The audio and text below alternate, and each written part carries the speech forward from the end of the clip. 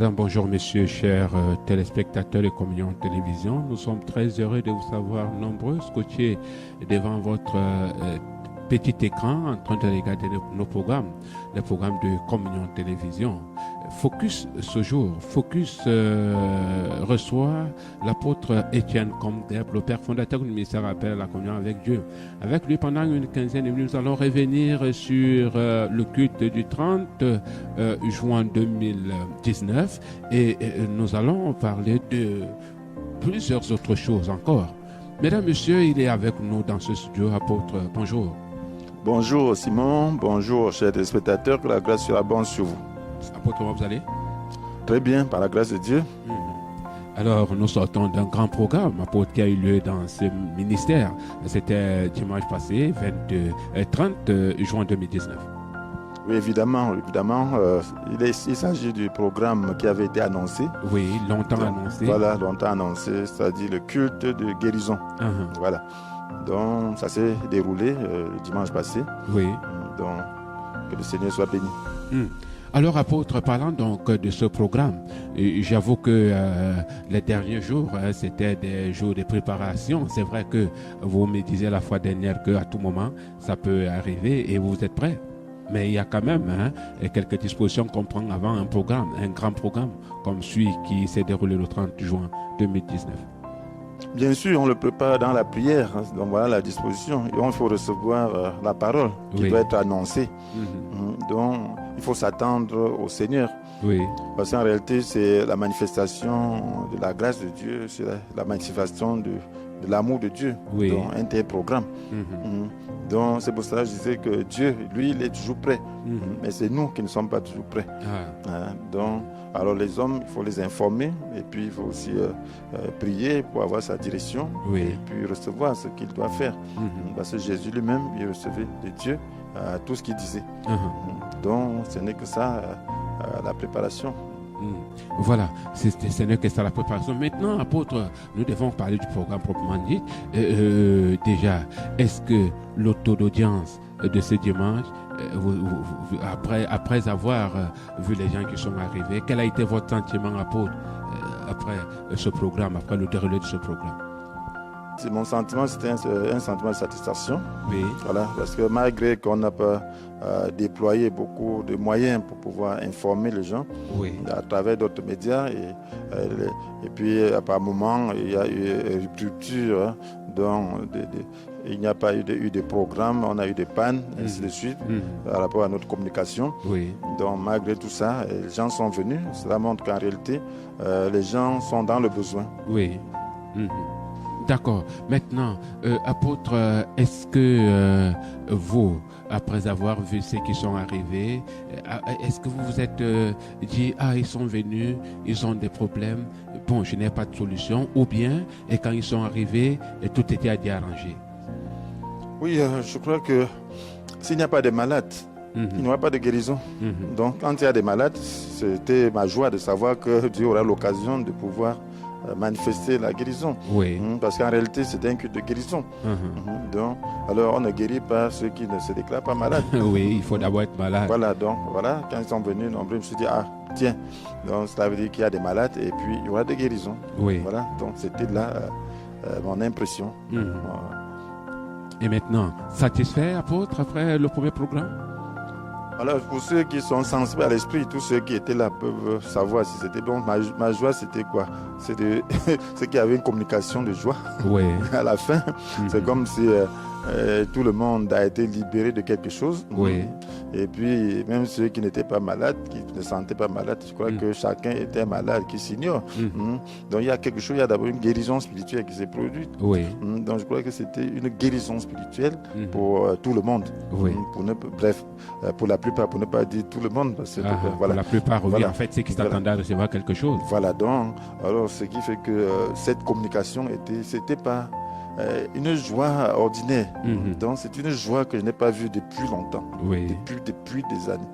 Donc, cela veut dire que quelque chose s'est passé. Quelque chose s'est passé. Et puis, tout le monde qui était préparé a vu quelque chose se passer, une assistance, et un soutien, je voulais dire, un soutien spécial. Donc, le corps était soutenu. Et puis, la fatigue, ça en était parti, ça en était allé.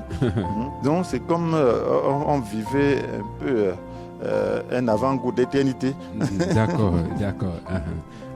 Apôtre, je voudrais rappeler que ce programme n'était plus tenu dans ce ministère depuis plusieurs années parce que vous nous avez expliqué les mobiles de pourquoi. Et maintenant que ce programme revoit le jour, le taux de participation était là avec les petits moyens de communication que vous avez mis en place. Est-ce que cela vous pousse à récidiver, apôtre, afin que ceux qui nous regardent puissent savoir que après chaque moment, après tel nombre de temps, nous allons également revivre des moments comme ce que nous avons vécu dimanche et encore un peu plus que ce que nous avons vécu dimanche. Je voudrais simplement dire que c'est le Seigneur qui l'a ordonné.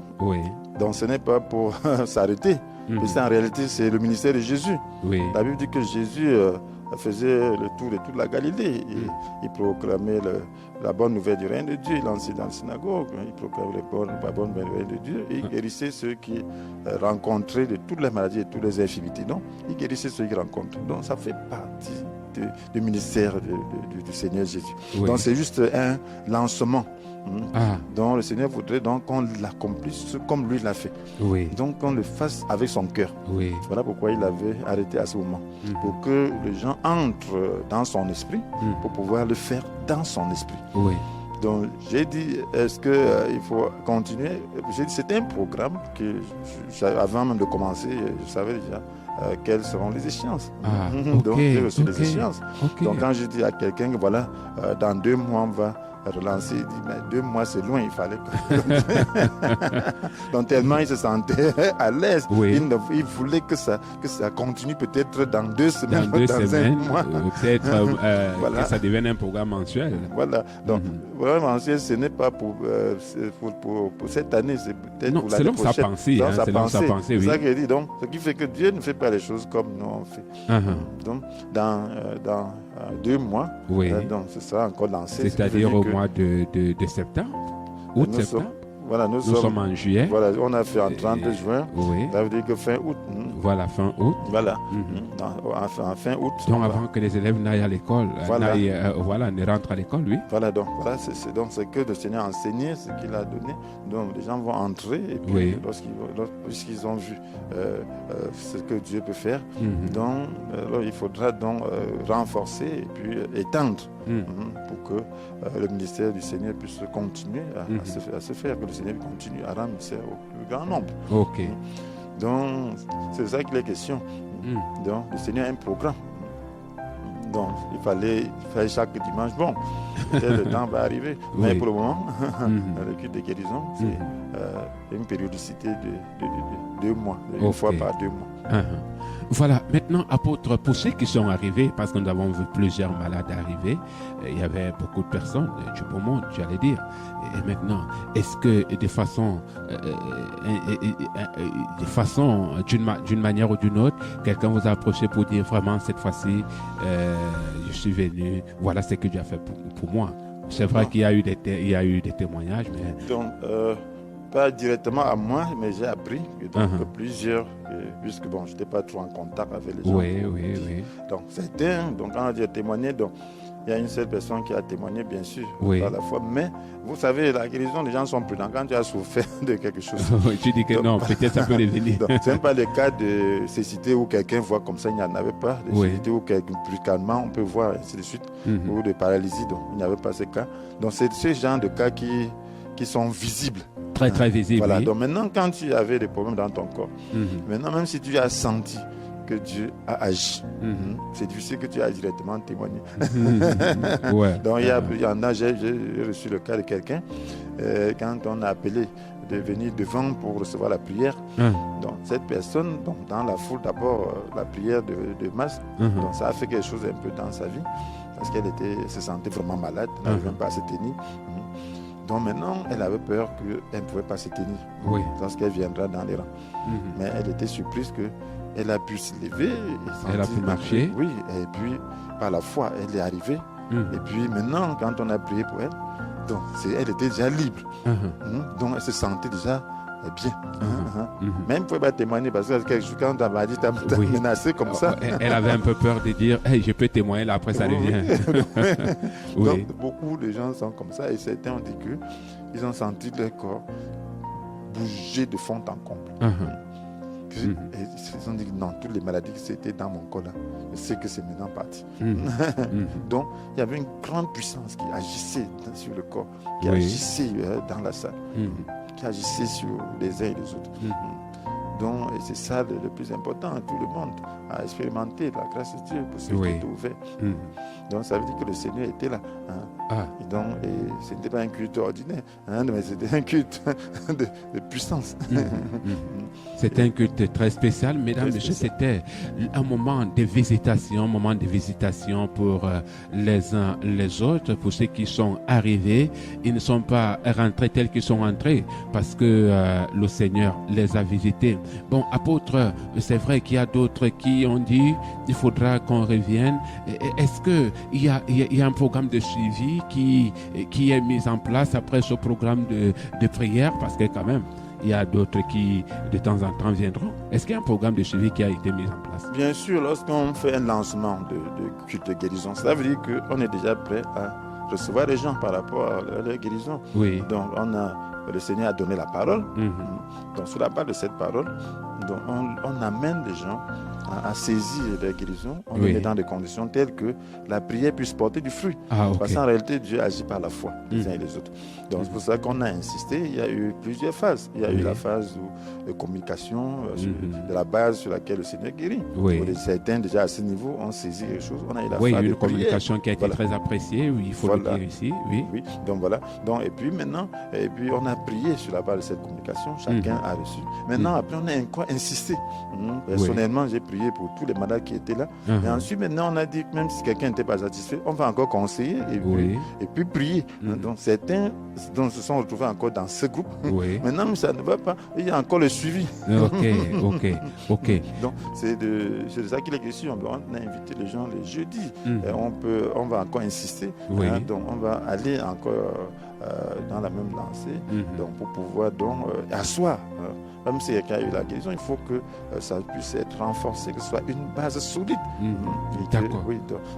Sur laquelle il sera fondé pour ne même plus souffrir d'autres maladies, pour résister à d'autres maladies. D'accord. Maintenant, apôtre, il y a plusieurs qui disaient que non, il faudra qu'on voie. Est-ce que le programme aura lieu? Mais ils ne sont pas venus, pas parce qu'ils ne sont pas malades, mais parce qu'ils s'est posé encore des questions. Qu'est-ce que vous leur dites, apôtre?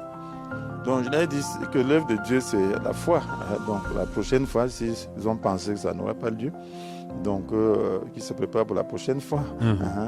Donc, et qu'ils sachent qu'il y a l'onction de guérison qui a été libérée. Donc, et à chaque culte, Dieu pourra maintenant faire des guérisons.